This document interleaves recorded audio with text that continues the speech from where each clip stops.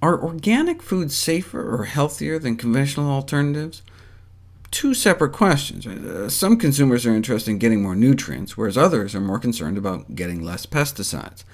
Let's do nutritious first. Hundreds of studies reviewed, and they didn't find significant differences for most of the traditional nutrients like vitamins and minerals, and so concluded that despite the widespread perception that organically produced foods are more nutritious, they didn't find robust evidence to support that perception. They did, however, find higher levels of phenolic phytonutrients. These so-called secondary metabolites of plants are thought to be behind many of the benefits ascribed to eating fruits and vegetables, and organic fruits and vegetables have between 19 and 69% more of a variety of these antioxidant compounds. The theory was that these phytonutrients are created by the plant for its own protection. For example, broccoli releases the bitter compound sulforaphane when the plant is chewed to ward off those who would eat it. Bugs take a bite and be like, ew, this tastes like broccoli. But pesticide-laden plants are bitten less by bugs, and so may be churning out less of these compounds, whereas plants raised organically are in a fight for their lives and necessarily have to produce more protection. That was the theory anyway, but we don't have good evidence to back it up. More likely it has to do with the fertilizer. Plants given high-dose synthetic nitrogen fertilizers may divert more resources to growth rather than defense. These antioxidants may protect the plant, but what about us? More antioxidant phytonutrients in organic vegetables, and so yes, more antioxidant activity, but also more anti-mutagenic activity. They exposed bacteria to a variety of mutagenic chemicals like benzopyrene, the polycyclic aromatic hydrocarbon found in barbecued meat, or IQ, the heterocyclic amine found in grilled, broiled, fried meats, as well as cigarette smoke. And there were fewer DNA mutations in the Petri dishes where they added organic vegetables, compared to the Petri dishes where they added conventional vegetables. Preventing DNA damage in bacteria is one thing, but what about effects on actual human cells? For example, yes, organic strawberries may taste sweeter and better, and have higher antioxidant activity and more phenolic phytonutrients, but let's stack them up head-to-head against human cancer cells. Extracts from organically grown strawberries suppress the growth of colon cancer cells and breast cancer cells significantly better than extracts from conventional strawberries. Now, this was dripping strawberries directly onto cancer cells and growing in a lab, but as we saw, there are real-life circumstances in which strawberries come in direct contact with cancerous and precancerous lesions, reversing the progression of esophageal cancer, and so presumably organic strawberries would work even better, but they weren't tested. So although in vitro studies showed higher antioxidant and higher anti-mutagenic activity, as well as better inhibition of cancer cell proliferation, clinical studies on the impact of eating organic on human disease simply haven't been done. And based on antioxidant phytonutrient levels, organic produce may be considered 20 to 40% healthier, the equivalent of adding 1 or 2 servings worth to a 5-a-day regimen, but organic produce may be 40% more expensive. So for the same money, you could just buy the extra servings worth of conventional produce. So from a purely nutrients per dollar standpoint, it's not clear that organic foods are any better. But people may buy organic foods to avoid chemicals, not just because they're more nutritious, which brings us to the next question, or are organic foods safer? The stated principles of organic agriculture are health, ecology, fairness, and care. But if you ask people why they buy organic, the strongest predictor was concern for their own health or their families. People may spend more for organic, more for selfish rather than altruistic motives.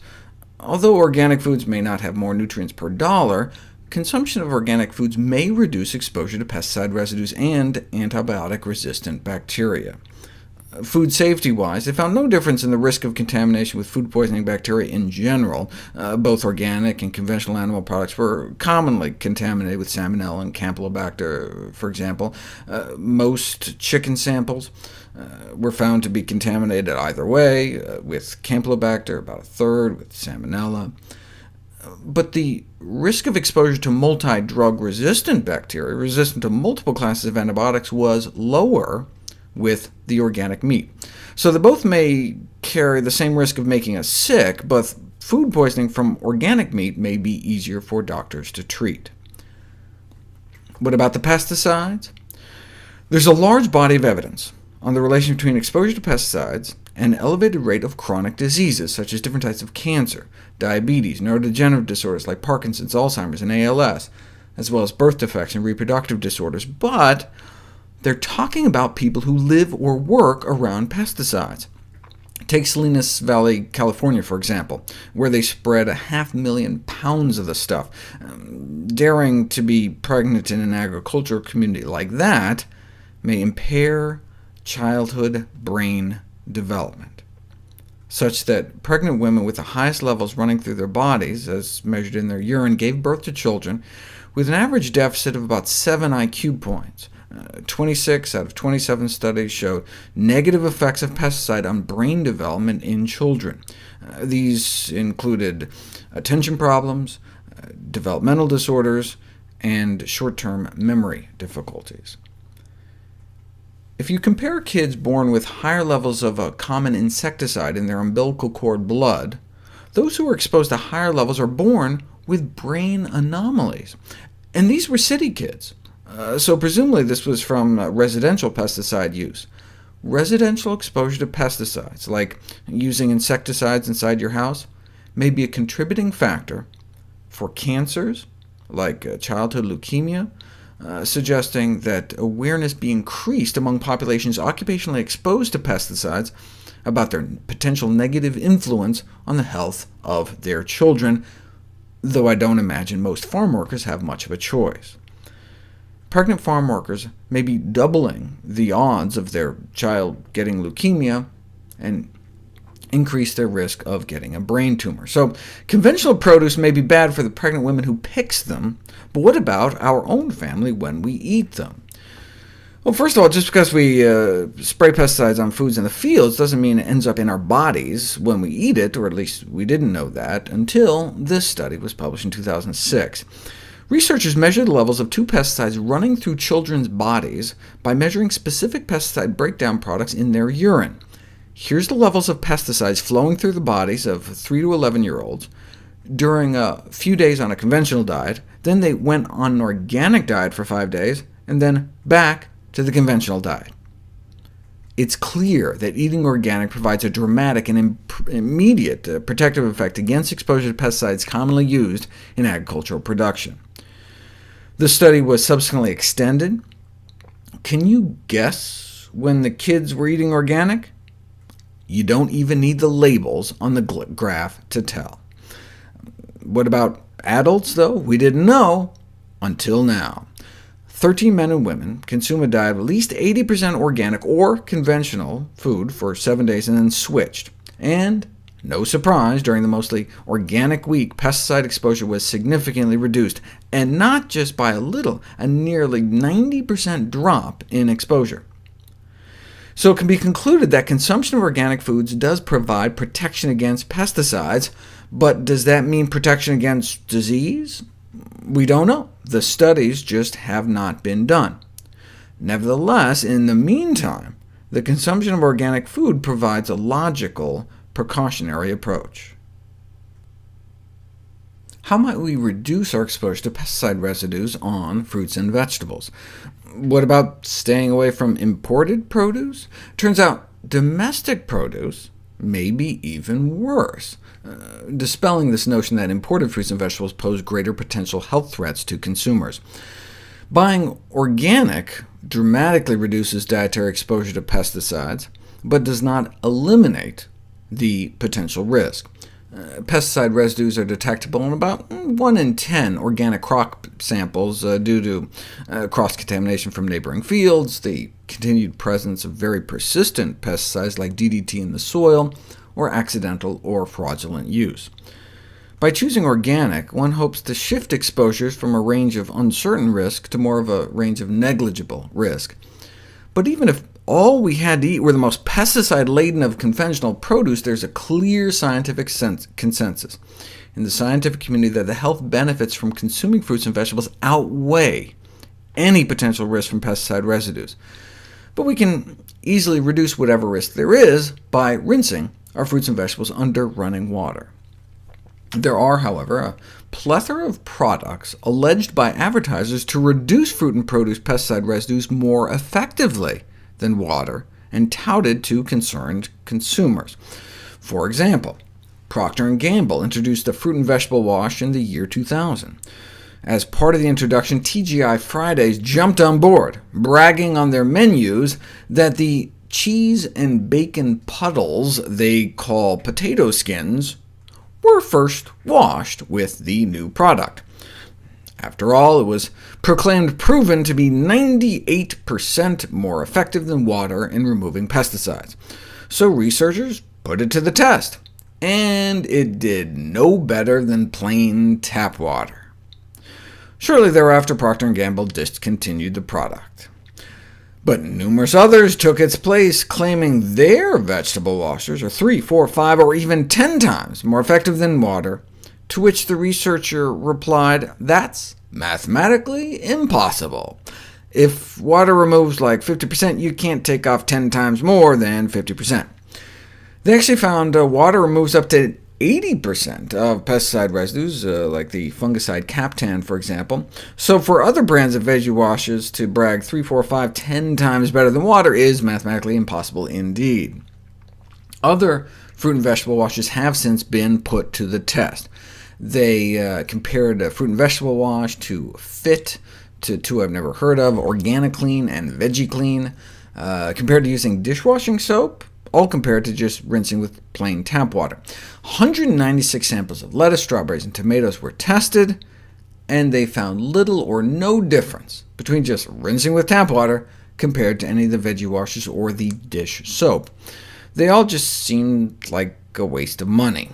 The researchers concluded that just the mechanical action of rubbing the produce under tap water seemed to do it, and that using detergents or fruit and vegetable washes do not enhance the removal of pesticide residues from produce above that of just rinsing with tap water alone.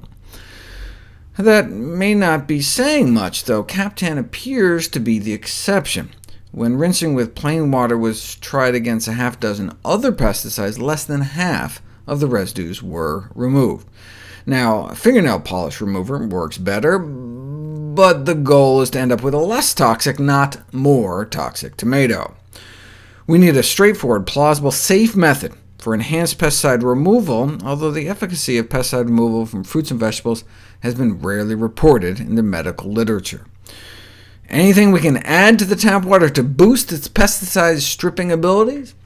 Well, if you soak potatoes in water, between about 2 to 13% of the pesticides are removed, but a 5% acetic acid solution removes up to 100%.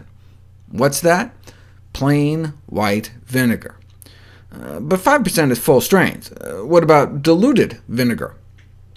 Diluted vinegar only seemed marginally better than tap water for removing pesticide residues. Using full-strength vinegar would get expensive, though. Thankfully, there's something cheaper that works even better: salt water. A 10% salt water solution appears to work as good or better than full-strength vinegar. To make a 10% salt solution, you just have to mix up 1 part salt to 9 parts water, though make sure to rinse all the salt off before eating it. There's not much you can do for the pesticides in animal products, though. The top sources of some pesticides are fruits and vegetables, but for others it's dairy, eggs, and meat, because the chemicals build up in the fat. So what to do about the pesticides in meat or egg yolks, egg whites? Hard boiling appears to destroy more pesticides than scrambling, but for the pesticides that build up in the fat in fish or chicken, cooking can sometimes increase pesticide levels that you can't just wash off. In fact, washing meat, poultry, or eggs is considered one of the top 10 dangerous food safety mistakes. The medical literature has been historically hostile to organic foods, blaming in part erroneous information supplied by the health food movement for our ignorance of nutrition. But until a few generations ago, all food was organic, so it's kind of ironic that what we now call conventional food really isn't very conventional for our species. By eating organic, we can reduce our exposure to pesticides, but it remains unclear whether such a reduction in exposure is clinically relevant. I talked about some of the test tube studies comparing health-related properties of organic versus conventional foods, higher antioxidative and anti-mutagenic activity, as well as better inhibition of cancer cell proliferation. But in terms of studies on actual people rather than petri dishes, there isn't much out there. Why can't you just compare the health of those that buy organic to those that don't? Organic consumers do report being significantly healthier than conventional consumers, but organic consumers also tend to eat more plant foods in general, and less soda and alcohol, processed meat or milk, and just eat healthier in general, so no wonder they feel so much better. Therefore, there is an urgent need for interventional trials, or studies following cohorts of people eating organic over time, like this one, the Million Women study in the UK, the first to examine the association between the consumption of organic food and subsequent risk of cancer. The only significant risk reduction they found, though, was for non-Hodgkin's lymphoma. This is consistent with data showing a higher risk of developing lymphoma in those who have higher levels of pesticides stored in their butt fat, which they only looked at because studies on farm workers found higher rates of lymphoma. Parental farm worker exposure is also associated with a birth defect of the penis called hypospadias.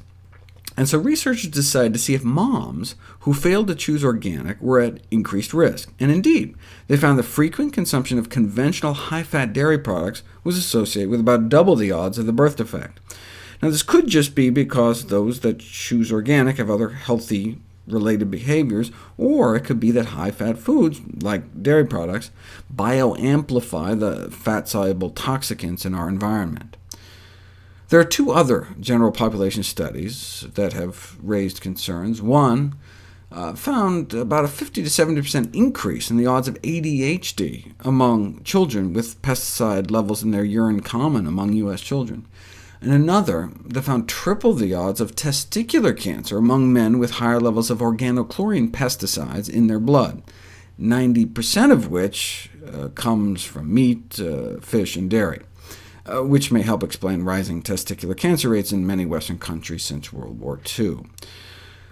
What about interventional trials? All we have in the medical literature so far are studies like this, showing organically grown foods provides health benefits to fruit flies. Raised on diets of conventional versus organic produce, then subjected to a variety of tests designed to assess overall fly health. And what do you know? Flies raised on diets made from organically grown produce lived longer. Insects eating insecticides don't do as well. Not exactly much of a breakthrough. Pesticides have been classified as probable carcinogens for 25 years, and different pesticides have been associated with different kinds of cancers through a variety of mechanisms, both genetic damage directly to our DNA or chromosomes, or epigenetic modification, changing the way our genes are expressed. But that's for workers who are spraying them. Exposure to pesticide residues that remain on the food are at much lower levels. More recently, higher cancer rates have been noted in those that live in areas where they spray a lot. But what about just the food we buy at the store? Organic fruits and vegetables have fewer pesticides, but even the levels on conventional produce are generally well below accepted limits. There's still scientific controversy about the safety of some pesticides, even under the limit, given the possible additive effects of mixtures of pesticides we're exposed to, something that isn't necessarily taken into account in the pesticide approval process. They also don't take into account toxic breakdown products like dioxins that can form once pesticides are released into the environment. Cadmium is another issue. In the largest review to date, Involving hundreds of studies, not only did organic foods have more antioxidant phytonutrients, but lower concentrations of cadmium.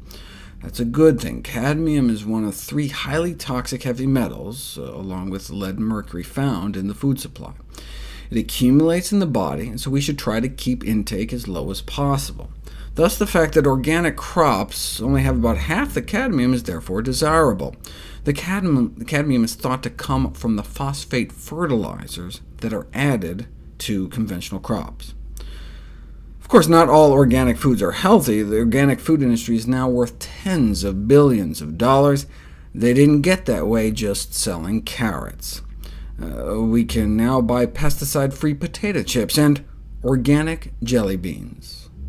Organic foods aren't necessarily healthy foods. In fact, can even be worse because people, for example, falsely judge organic Oreo cookies to have fewer calories than conventional Oreos, and so may eat more. Foregoing exercise was deemed more acceptable when the person had just chosen organic rather than conventional dessert. In fact, leniency towards foregoing exercise was slightly greater after choosing an organic dessert than after eating no dessert at all. Organic cookies were viewed as having negative calories. But organic junk food is still junk food.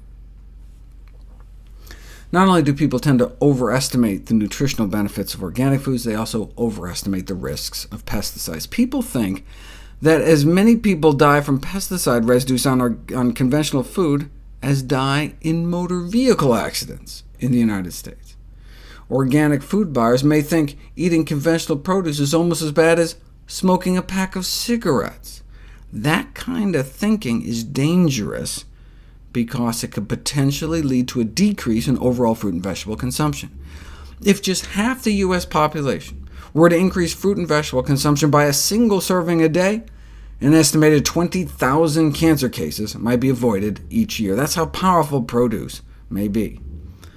But because the model was using conventional fruits and veggies, the pesticide residues on those extra fruits and vegetables would result in 10 additional cancer cases. So overall, if half of us just ate one more serving, we'd just prevent 19,990 cases of cancer every year.